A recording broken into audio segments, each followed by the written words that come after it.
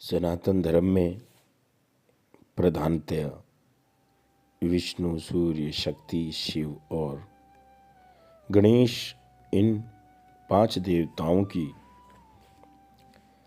अनन्य उपासना का विधान है। अर्थात प्रत्येक व्यक्ति को इन 5 में से किसी एक देव को अपना इष्ट देव मानकर उसकी ही अनन्य उपासना करनी चाहिए। इसी शास्त्रीय सिद्धांत के आधार पर वैष्णव, सौर, शाक्त, शैव और गाणपत्य ये 5 मुख्य संप्रदाय प्रसिद्ध हैं। प्रधानतया 5 ही देवता उपास्य क्यों हैं?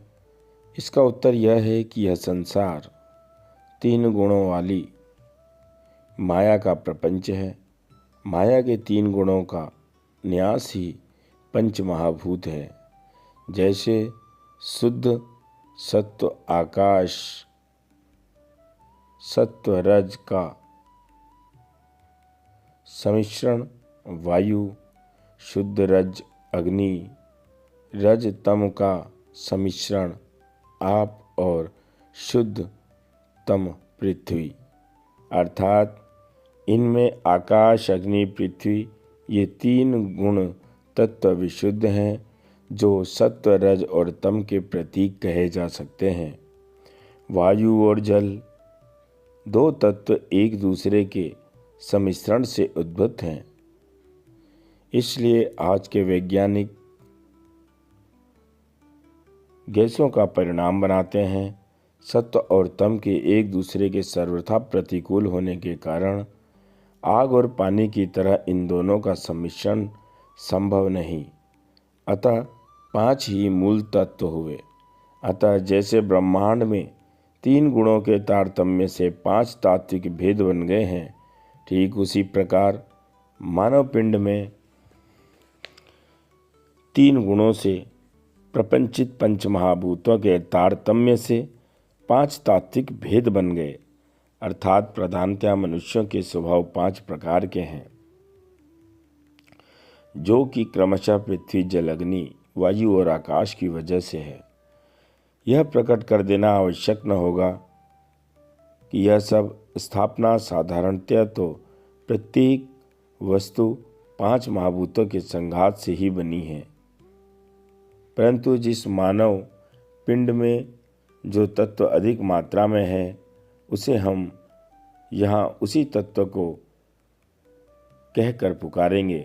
जैसे पुरुष में आकाश तत्व का आधिक्य है, यह स्वभावतः सत्व गुण संपन्न होगा, जिसमें वायु तत्व अधिक होगा और सत्व और रज गुण दोनों गुणों के सम्मिश्रण से बनी प्रकृति का होगा, और पृथ्वी प्रधान तामसी प्रकृति का प्राणी होगा। आयुर्वेद शास्त्रों ने अपनी परिभाषा के अनुसार उक्त प्रकृति की 3 गुणों का नाम वाला पित्त और कफ छोड़ा है। इसमें वात, वायु, पित्त, अग्नि और शेष को कफ कहा जा सकता है।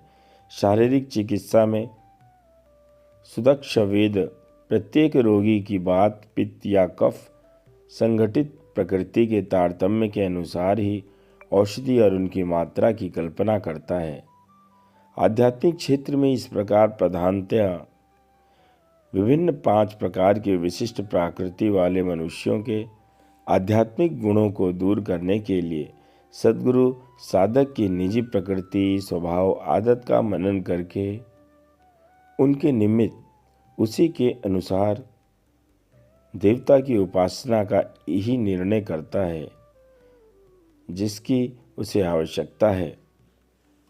आकाश तत्व के आधिक्य से संगठित सात्विक प्रकृति संपन्न अधिकारी ही विष्णु देवता की उपासना से लाभान्वित हो सकता है।